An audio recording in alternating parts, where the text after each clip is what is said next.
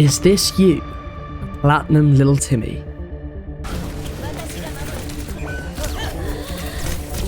And you want to become this?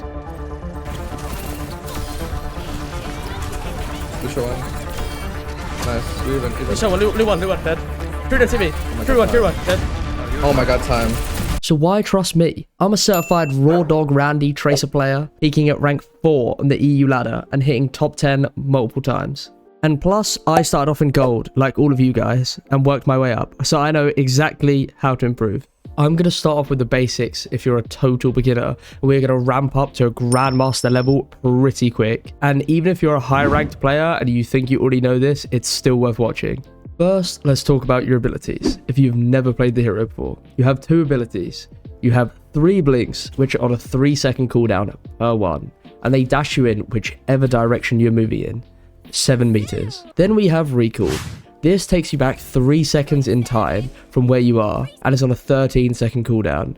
Recall is literally like your lifeline. Without it, you're far more useless, and making any aggressive plays instantly becomes risky. And lastly, we have Tracer's ultimate, Pulse Bomb. It's like an arcing sticky grenade that deals 355 damage upon sticking. Before I start explaining how to use all of your abilities correctly, let's talk about your identity on Tracer. What is your role? The most common misconception I see, all the way up to Diamond and even in Masters, is that Tracer is some kind of backline assassin, and this is completely wrong. Albeit Tracer can do a good job at assassinating people in the backline, this is not all she's useful for, and this completely limits her capabilities. Tracer is like a shepherd herding the sheep. You want to control the enemy team into grouping up, and if they are already grouped up, you force cooldowns and kill them as soon as they're starved of resources. Okay, now we know our identity. Let's talk about how to utilize blinks to the fullest. To start, what are blinks used for? Blinks are used for 2 reasons. 1, to dodge damage. This can be in duels or 1v1s, but also if you're crossing open space from cover to cover and you might get shot. And 2, to quickly get in range to clean up a kill. They are not, I repeat, not for traversing the map and getting into fights quicker. You do not want to be going into fights with 1 blink because you use too many blinking around the map. The first thing you need to do is to get comfortable with how far you blink whilst moving. It needs to feel instinctual. And the best way to get comfortable and practice this is to first start off in the practice range and just get used to blinking and seeing whether you go through this bot or not as it's moving. Once you've quickly got the hang of that, you need to move on to more realistic in-game scenarios. So head over to custom games and use the Vaxter workshop code. This is great for warm-up and aim practice as well. Now once you're in here, set the bot difficulty to whatever you like and then start blinking around whilst moving forwards. Start to notice, based on how far away the enemy is, if you go through the target or not. Because the biggest issue I see new Tracer players make is they don't understand their blink distance well enough, so they end up blinking through the target, resulting in them being confused as to where they are. Okay, now once you've got comfortable with your blink distance, you need to start adding in 180s for when you know you're going to blink through the target. As soon as you can do this with relative ease, you want to get the hang of throwing in melees, whether you're not quite reaching the target or you're blinking and then 180ing behind them. This is because melee is extremely useful on Tracer. People get healed so fast in Overwatch 2 with how strong support healing is, and melee is a guaranteed 40 damage, which can be used to finish off low HP targets, to burst them down before any healing comes through. I want to add that you shouldn't overuse melee, you only really want to use it as a finishing blow, as it can leave you quite vulnerable on top of the target. Once you're a certified Raw Dog Randy with a Tracer movement, here's where we're going to start getting creative, and the mechanics are going to start getting pretty advanced, so you need to lock in, take notes. Okay, the first section under advanced mechanics that you need to get comfortable with is trigger discipline. Trigger discipline is where you start shooting part of your clip on the target, then you stop shooting mid-clip, realign your crosshair, and start shooting again. Trigger discipline is so important because you shoot a whole 40 round mag in 1 second, which does 220 damage to the body, and it takes you another whole second to reload. Since it takes you as long to reload as it does to shoot a whole clip, this means each clip is so important and you can't be wasting ammo on nothing. So often it's better as soon as you start missing to instantly stop shooting and realign your crosshair on the target and then start shooting again. You will notice this from only the top tier Tracer players. They'll be shooting, and as soon as their aim goes off the target, they'll take a little micro pause to reset their aim so they don't waste bullets. You need to get comfortable doing this with blinks as well. So where you shoot a little bit of your clip, stop shooting, then blink, and then start shooting straight after again. What you don't want to do is to be spraying your clip the whole time whilst you're blinking, as you'll end up missing a ton of your shots. When you have bad trigger discipline, you end up taking even aim duels, which is not what you want. Another common issue I see in lower ranks, even up in Diamond, is that people don't anticipate damage well enough, so they don't blink to dodge it. The odds are, if someone's looking at you and they have their crosshair in your general direction, they are probably going to shoot at you. So you should anticipate you're going to take some damage, and if you have blinks, you should use them to dodge. This also includes anything outside of your peripheral vision. So if you get shot in the back or the side and you can't see it, you should look to use your blinks to reposition so you get behind cover or you can see what the threat is. Okay, once you've got comfortable doing this, let's get on to the art of the duel. This clip combines everything together. I'm going to play this in normal speed first, and then I'm going to break it down in slow motion and explain the thought process behind this. Take on the robots remaining. Yes! Look at me go! Since I just heard the Cass before this, and his footstep sound went away suddenly, I knew he was probably hiding and crouching just around the corner. So I was already anticipating him to be there. As soon as I see him, I shoot the tiniest bit, and I instantly blink. This is because I'm anticipating him flashing me, and even if he doesn't flash me, he's still staring right at me, so he's either going to flash or shoot me, both of which will cause me to take a bad HP trade. And all of this stems off of the idea of what I call a free trade, in which you can trade onto them, but they can't trade onto you. And so if they aren't looking at you, they can't trade onto you, but you can trade onto them. So I used my first blink, as I talked about preemptively, to dodge damage. As I do this, I do happen to dodge his flash, as I expected. And now, since I'm behind him, and he's not looking at me, I start briefly shooting again. As he starts to turn, and I'm anticipating taking damage again, I stop shooting once again, and blink 180 melee behind him. This is not only to dodge damage, but also to disorientate him and deal damage myself. As I blink through him again and he is facing away from me, I have another opportunity to have a free trade. So I go back to shooting him again and try to finish off the rest of my clip. As I'm about to finish off my clip, he turns around in my direction and he trades on me. And at this point, I know I'm going to have to reload. So just as I run out of ammo and start reloading, I peek behind the cover briefly to avoid taking damage whilst I'm reloading. As I finish my reload, I jump peek the corner to avoid him lining up a headshot, and I blink immediately, anticipating him flicking up to my head since I'm in a predictable arc. However, he was actually looking away from me, so I could have potentially not blinked at all. But it did help me get close to the target, meaning I deal more damage at this range. And since I still blinked behind him, he does have to turn to shoot at me, once again giving me a free damage window. Whilst he's finishing his reload and turning to shoot at me, I shoot as much as I can, knowing he can't trade back onto me.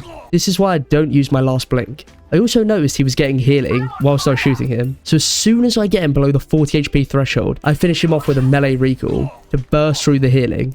And this is what it looks like in full speed from his POV.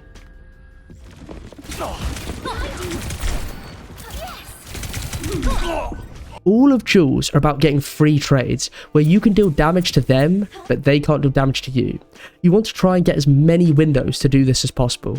Now let's talk about recall. There is two things to note with recall. One is to not waste recall pre-fight. Without it, your value is massively reduced and any aggressive plays you make become really risky. And number two is where will you end up after recall. You don't want to greed for extra damage and end up recalling inside the enemy team with no cooldowns. You want to recall to a safe position that's either out of the fight or near your supports. You can, however, use your recall as a tool to trade in duels, especially if you're in an isolated 1v1 on a flank or in the backline with little to no team interference. To explain better how recall should be used, I'm going to explain engagement timing. Engagement timing is the most important part of Tracer. Essentially, this is all about being aware of what your team is doing, where you look to make a play at the same time as other members of your team, rather than you going in one by one. You can usually tell when you have good engagement timing, because it often feels like the enemy team isn't even looking at you in the middle of the fight. And a common complaint that I hear from low elo players is, I'm distracting their whole team, and my tank and team isn't pushing. This usually stems from a lack of understanding of timing. Often, if this happens, you are going in too early, so the whole team is turning to look at you, but they aren't distracted by your team yet, since your team isn't there. You want to be going in as your tank is going in, or just after. This can be harder to tell if you don't have a dive tank, but if you have a poke tank like Sigma or Orisa, you want to start making a play as your tank is almost touching their tank, essentially after the poke phase has ended and the fight is breaking out.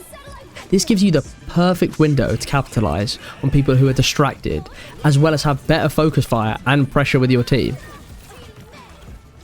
This is the core fundamental to Tracer. The best way to improve on your engagement timing and engage at the correct time is to set up early, and just before you make a play, turn and look at your teammates through the walls as you can see their outlines. To better explain this, I'm first going to show an example of bad engagement timing. Back in the fight. And this is what it looks like from bird's eye POV.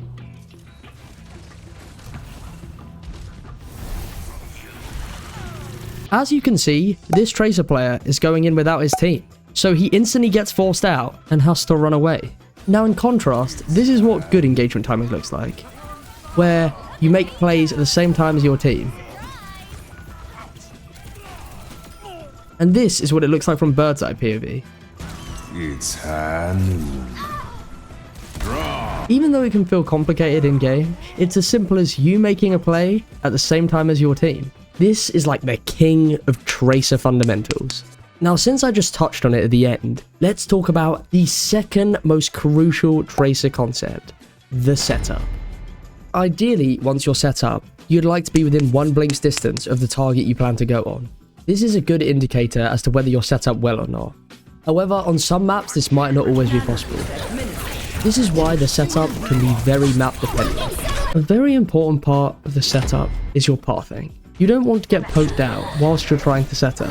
Pathing is about using natural cover to traverse the map and blinking from cover to cover, then stabilizing and re-getting your blinks back before going in.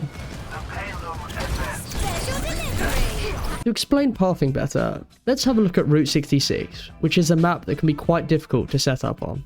If you take first point for example, there is so many routes you could use to get to the backline, and this can be very situational depending on where the backline is set up.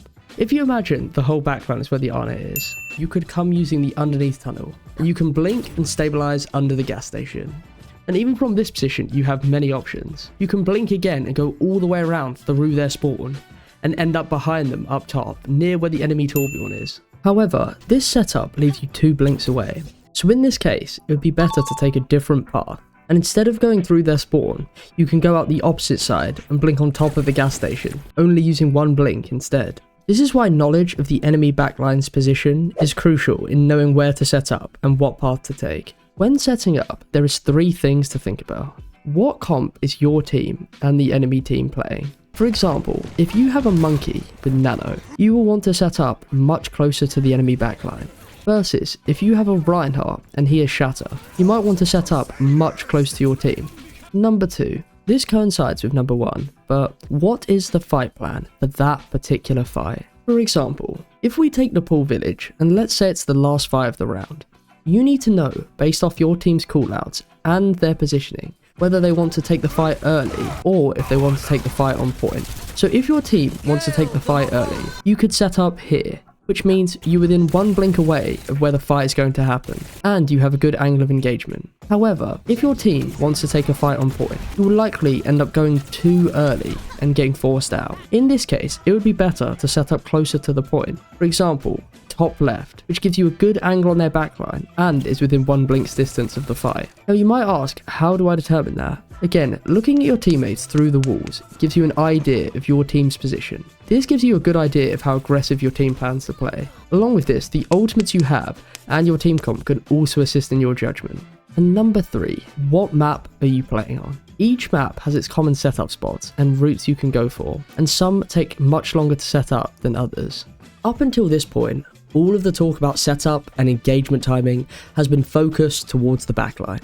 However, this doesn't always have to be the case. And you might wonder, why time? What do you mean? See, it's not just about the backline, which is why we are going to talk about how to play with different team comps. First, let's talk about what the different team comps are. In my opinion, there is 4 different team comps: dive, brawl or rush, poke, and hybrid. Hybrid is just a random mixture of 2 or more team comps. The best way to start thinking about this is to think, what does your team comp want to do based on your heroes? Usually this stems from what tank you have and supports you have. For example, if you have a Monkey, Moira, Lucio, you have a comp that has very limited ranged healing. So if you play on hard flanks or wide angles, it is very unlikely you'll be able to get healing since you're so far away from your supports. This means that any damage you take is basically permanent, so you can get forced out so easily. In a case like this, it would be better to almost stack with your team and play almost like a linear 5-man dive, just aping on the enemy backline, since you also have Lucio speed and all of your team has movement cooldowns to dive with you.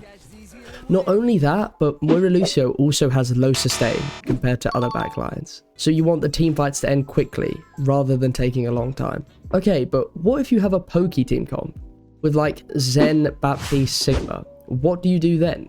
In a scenario like this, a poke comp obviously gets value by poking them down over time, which means you want to slow down the pace of the fight and make it last longer. Since Zenyatta Baptiste is a very squishy and easy to dive backline, the best way to slow down the pace of the fight is to try and keep the enemy flankers off of your backline. So for example, if they have an enemy tracer, you can hold one side of the map and keep her at bay so she can't get onto your Zen.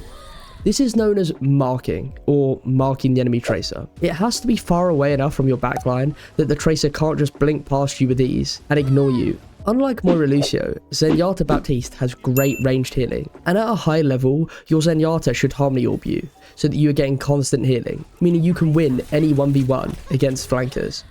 As I'm sure you can start to tell, the common theme of having longer ranged heals means you can afford to play further away from your team. This doesn't mean that if you have short ranged heals you can't take wide angles.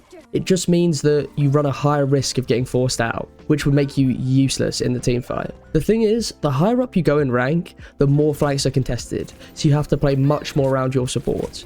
Whereas in lower elo, often you can get away with just hard flanking most of the time. This is a more advanced concept, but continuing on from the idea of marking enemy flankers, there actually is a slight issue with this. See, if the enemy tracer or flanker is smart, they'll quickly realize that they can't contest you on the flank because you have a constant Harmony Orb, especially if they have shorter ranged heals. So instead, they will actually play relatively close to their team and look to run down your backline from main or a soft off angle. So if you are playing very wide, they'll ignore you completely and out-tempo you. So with the goal in mind that you want to slow down the pace of the fight, the best way in this scenario to do that is to take a soft off angle and instead shoot the enemy tank, who is likely to be discorded.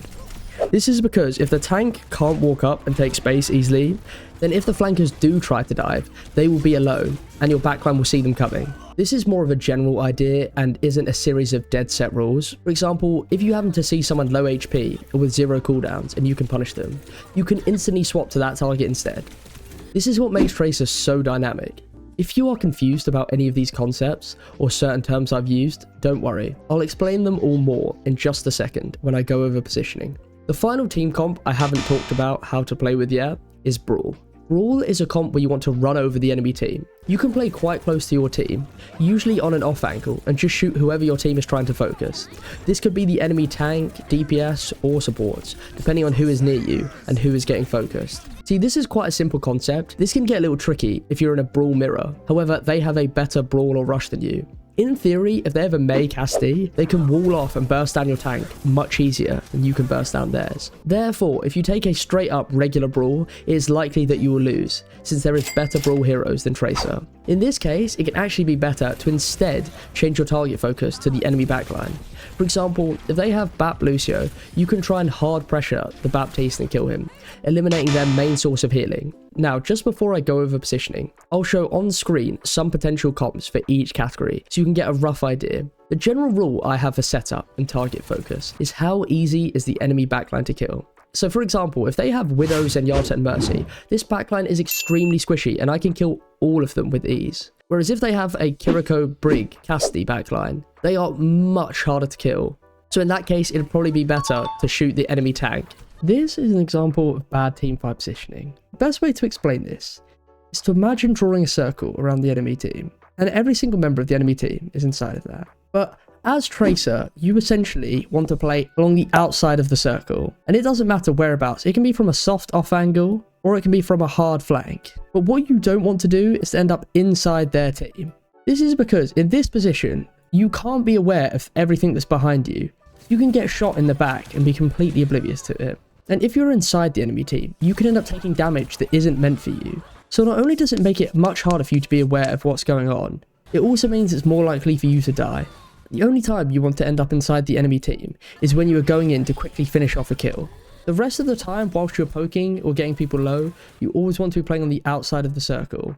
Whereas as you can see, in this example, the Tracer is inside the circle as she ends up getting pinched. And since the Hanzo is in her blind spot or out of her field of vision, it's much harder to be aware of him, so she ends up dying. If you look at this, Tracer could have repositioned from here over to somewhere like here, in which she can still shoot the Sombra or shoot the Sigma, but have awareness of the whole fight and can see the Hanzo coming. In this example, I'm currently playing left side and shooting the D.Va. However, I could have also played right side and still shot the D.Va. But from this position, if their backline, aka Zen and Sojourn, just swung slightly to the left, they would get complete LOS of me and they could force me out with ease. However, if I play left side where I am, I can anti-LOS all of the damage from Zen and Sojourn even if they walk up, and yet I can still shoot the D.Va. And just changing my position a tiny bit and using more natural cover to anti-LOS damage, I can stay in the fight far longer. In this example, it's more focused on the backline, and the Tracer is currently shooting the Ana. However, she is peeking both the Hanzo and the Kiriko as well, meaning she can easily get shot and forced out. However, if she altered her position just the tiniest bit onto the ledge, she's almost at the exact same distance away from Ana, however she can anti-LOS all of the damage from Hanzo and Kiriko. It can even be a much smaller difference. Instead of shooting the Ana from here, in which you're also peeking Hanzo at the same time, if you just moved the tiniest bit over to the right and shot from over here, you can now completely anti-LOS the Hanzo and still shoot the Ana from the exact same range.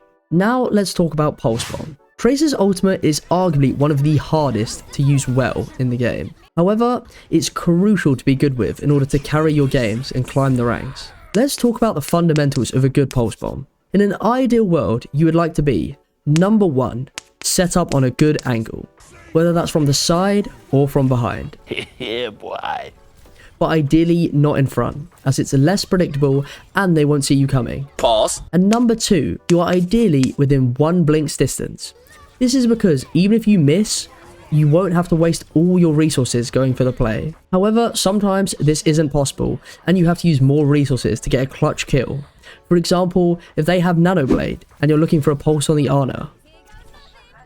This is an example of an objectively good Pulse Bomb.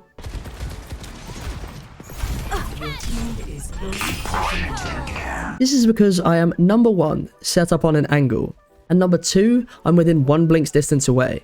So even if I miss the Pulse Bomb and I have to recall, I still have 2 blinks left to make plays and kill someone. This is an example of an objectively bad Pulse Bomb. We're pushing the barricade. Come along. Forward spawn activated. Thought of you. Because even though I stick it, I use all of my blinks and recall, so I have no resources left if I miss it. Also, they see me coming a mile away, so it's much easier for them to predict and dodge it, which could have easily been the case if this Juno was a better player. Usually with Pulse Bomb, you don't want to be the one to force cooldowns. For example, if they have a Kiriko, you usually want to look for Suzu to be used first, before you pulse. Or if they have a Baptiste, you usually should wait until Immortality Field has been used, before you go for a Pulse Bomb. This also includes tanks with crucial cooldowns. For example, if Orisa has gold, you usually want that to be forced first. This is because Pulse Bomb has high kill potential, but it can also be negated by a lot of cooldowns. With Pulse Bomb, you want to take a look at the enemy's team comp and think who are the easiest targets to stick and kill. For example, if they have a backline of Ana Brig, this is much easier to stick than Moira Lucio, as Moira Lucio has far more mobility, and they have cooldowns to dodge your pulse bomb. Since this means you might have to force Moira Fade first, it's much easier to either stick the tank or a target with less mobility. In terms of priority, these are usually targets that have less mobility and don't have cooldowns to dodge or negate your pulse bomb. However, sometimes you might see a target that happens to use a crucial cooldown in front of you, so you can just pulse them instead. These are 2 quick tricks to make your pulse bombs easier to stick. You can either pulse first before you blink, since it makes your pulse travel more in a straight line. Or if the enemy player is AD strafing and moving unpredictably, if you blink to the side of them and flick 90 degrees, they are essentially not moving for you. This is a matchup tier list versus every hero. See, with heroes like Torb and Sim, the reason they're such strong counters is their turrets can poke you out and force your recall before you've been able to do anything. This is why you have to be very aware of where a Torb turret is placed or where Symmetra turrets are placed, as you don't want to get poked out during the setup. And the best way to play against these is to anti-LOS them, or to break them yourself or get help from the team. If, for example, with Torb, his turret is so far back that you can't break it, it's often best to just avoid peeking it entirely and shoot the enemy tank, or play more with your team. Obviously, this can depend a lot on your team comp. However, the biggest thing is to just have awareness of where they're set up and avoid getting poked out during your setup. And if you can't take a flank because you're getting poked out, then don't take it at all. Now let's talk about how to play Tracer on her worst maps. As you can tell, there's a common theme, with most of Tracer's worst maps being high ground maps. This is because Tracer has 0 vertical mobility, so it's really hard for Tracer to contest high grounds. This makes setting up way harder. So usually your job is to just push the payload as far as you can. This is because Tracer is one of the only heroes who can push the payload by herself without dying, since she has such high mobility. If somebody comes to contest the payload, you can either duel them or temporarily run away and then go straight back to pushing as soon as they're gone. This usually forces someone from the enemy team to come and match you on payload. You can usually only push up to certain points on each map where the payload position becomes too exposed, like here on Gibraltar or here on Dorado. Once you've got the payload to this position, if you keep getting poked out or contested by a mobile hero who is in range of their supports, you should at this point leave the payload and set up for the backline. If your team instead is pushing the point or playing for payload, you can either just force out the enemy tank who drops to contest as a team, or again, set up for the enemy backline. Now let's go over the art of the Tracer 1v1. Right, I'll go over this one. Okay. So, even both clip trading. I blink again to get a free clip trade. Now, see, this is why blinking in can be risky. See how I've blinked in? Now he's blinked behind me. He is in my blind spot, so I'm in a losing position right now. So I need to get the fuck out of here, which you'll probably see me. I assume I'll probably blink. Yeah, see, I instantly realized, fuck, I'm in a bad position. So I know he's going to shoot this way, right? Because he's behind me. So I'm blinking backwards this way. I'm going to flick my mouse to the right to try and get an angle on him. You should see that. Yeah, see here? See this? Because I was in a losing position, right? When I was here, he shoots me in the back. I've now gone from here to go back to here to get like a free trade angle on him. So we went from shit, losing position, him free trading on me, to like, oh, okay, I'll reposition to here. So now I get a free angle on him. Get what I'm saying? Then we'll see what happens. Then he realizes that, so he blinks to dodge himself, right? He actually goes for a blink melee here. So, and as he's turning, I'm getting a little free shot off. As he goes back to aiming at me, you know, talk about free trade. I've just got a little good chunk on him. He just started to shoot me. I've blinked to dodge again. So whilst his aim's over here and he's got to adjust back to me, I'm shooting directly at him. And so I get another little free trade. But unfortunately, I did not have that much ammo. And now he's blinked behind me. Now, this is a bit of a bad position, but we're luckily reloading at the same time. So he's going to punch me or some shit. Maybe I'll punch him. No, I punch him because we're in melee range. And see how as we're about to start an even trade, I blink away again to dodge his damage and get a good angle. See this? So now he starts shooting at air. Like I've taken 5 damage so far in this whole 1v1. And he is what HP? He's 99 HP. So he's taken 76 damage and I've taken 5. And see how he's wasting a bunch of bullets? I start shooting. Stop shooting for a second because I just made him. I realize he's blinked. Start shooting again. Like, I'm just perma free trading, bro. I'm looking for free trades. Then I strafe behind the corner. Again, I know right now, all I want to do is avoid getting chunked. Because he's going to take a shit to recall. If he, like, the longer he waits this out, he's going to recall to, like, whatever HP he's on right now. Or 99 HP. Yeah, like, he's in such a bad spot. He should have already recalled, to be honest. And then so I'm like, hey, I'll just hide for a second. And if he tries to push me, I'll blink out. So I assumed he was going to blink in here. And I was like, oh, I'll dodge it by blinking this way. But he hits a recall. He's going to hit a terrible recall. I have no blink set, which is a bit of a bad position. The last blink maybe wasn't needed. And now we're even. We're taking an aim duel. I mean, it's just over. But I view it's like free trades. I could take an aim duel, but why would I want an even 1v1? You feel me? This next section is going to be on how to abuse movement. Locking satellite vector.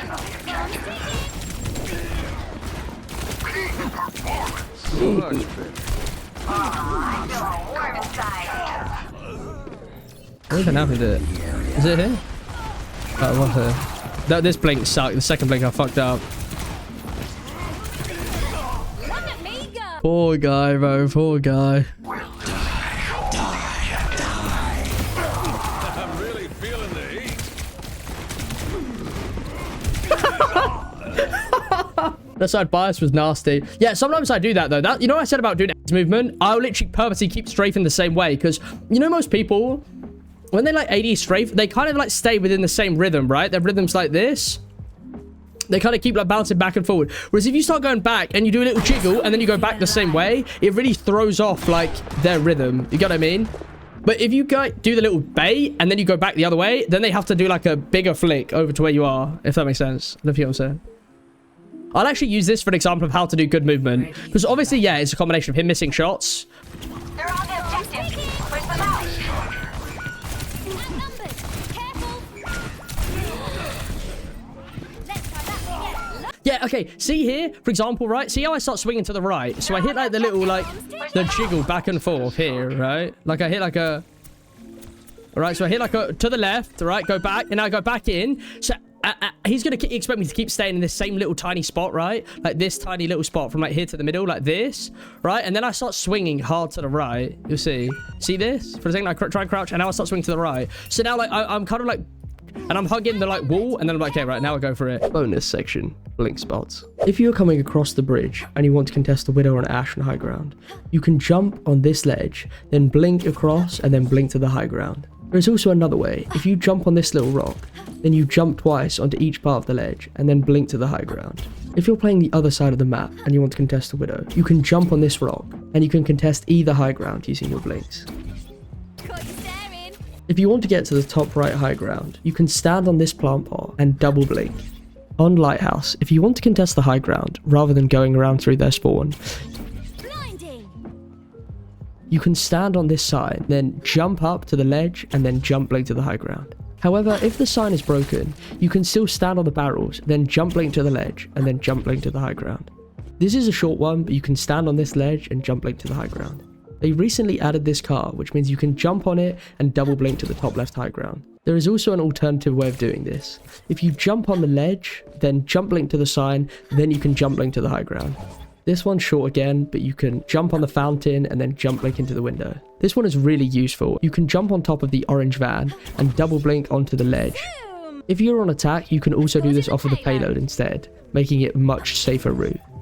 Once you make it to third point attack, if you want to contest any of these high grounds, you can stand on top of the payload and jump blink to the little corner of this ledge. On the pool, you can stand on the edge here and blink to the ledge. You can also do this from the lion statues as well. You can get to the mega high ground using a jump blink from the ledges on either side. On Oasis, you can stand on top of the sofas and jump blink into the windows. However, you have to hug the inner wall. If you're on Havana first point attack and you want to make it to the high ground, you can go up the stairs and double blink onto this ledge and then jump blink onto the high ground.